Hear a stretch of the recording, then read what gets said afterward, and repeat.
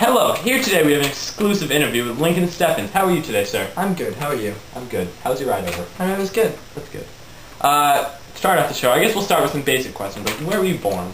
I was born in San Francisco, California. Were you raised there? No, I was actually raised in Sacramento. Was it nice there? It was nice. The weather was nice. It's California. Typical. But I heard Southern California kind of bad, but... Southern California is kind of nice. You get the cool breeze. And alright then. No fires. Where did you go to college? I went to college at the University of California. Oh. That's really nice. Very nice, actually. It was a nice school. My great-grandmother went to school there. My okay grandfather went there too. What did you study while you were there? I majored in journalism. This is where I first shone the extremist view of politics. So would you say that you're an extremist? No, but I write about them. Okay, that makes no sense.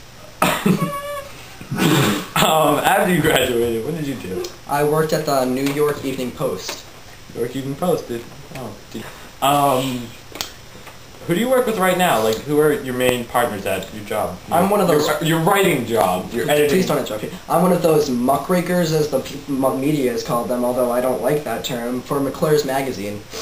So you're a muckraker from McClure's magazine? Yeah, I write about, like, the horrible things going on. I write with Ida Tarbell and Ray Standard Baker often, actually. They're colleagues of mine. They're pretty cool cats. They're cool. They're cool for a catfish.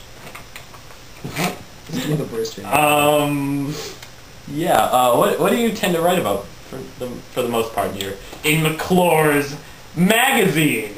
Well, we specialize in writing about corrupt politicians. Like you in McClure's magazine, or just you and your homies? Me and my colleagues in particular. Homies? You could call them homies, although they probably live in a separate home. Do you have any plans for the future, Mr. Steffens, besides just living? Well, Ida Tarbell... That's always good. Well, Tarbell Baker and I, and myself, are making some plans to start our own magazine. We would love to be able to call it the American Magazine, because we feel that exposing these corrupt officials, we are doing a big favor to the American people. So you're saying that American officials are corrupt? A vast majority of them. You'd be surprised. Holy goodness. Wow. Praise the Lord. You wrote The Traitor State, correct? It was a big collection of articles about corruption in America? Yeah, it was like bringing out the urban society and what they should believe against a corrupt America. That's always good, because that's a big part of our... It's nowadays urban, yeah. Nowadays. I don't like focusing on the past. I like looking to the future and what is wrong with American today and how can we make it better. Right on, right on. That is the true progressive spirit. Thank you. Hello, Mr. Spargo, and welcome to our show. Let's start off with the simple things. Where were you born? I was born in a village called Longdowns in the UK. Oh. And where do you live now? I live in Vermont. I've become a bit of an expert on Vermont's history, if I may say so myself. How's your family life when you were little? Because I'm just curious to know. My dad was an alcoholic. Oh, really? That's too bad. I'm sorry. Where did you first work as a child or a teenager? Well, in 1898, my father and I moved to Wales, where I worked on a dock. A year later, I started working as a stonemason, believe it or not. It was around this time that I started a Democratic Federation. Oh, really? Wow, that's impressive. What else did you do in your younger years? I was elected to be the president of a labor council, and also I started working with journalism and became editor of the Barrie Herald. Oh, that's quite interesting. We had another editor on earlier. His name was Lincoln Steffens. Never heard of him. Yeah. What do you do now? Well, I write muckraking books as well as my critically acclaimed biography on Karl Marx and his socialist views. Oh, that's nice. So, do you like his views? Yeah. And just what other works have you written in your years? My most famous is The Bitter Cry of the Children, but I've also written Underfed Children and The Common Sense of the Mill question. The next person we have on the show is a man named John Dewey. How are you, John? I'm good. Thank you. Alright, Mr. Dewey, yes. or John, yeah. Where were you born? I was born and raised in Burlington, Vermont. Oh.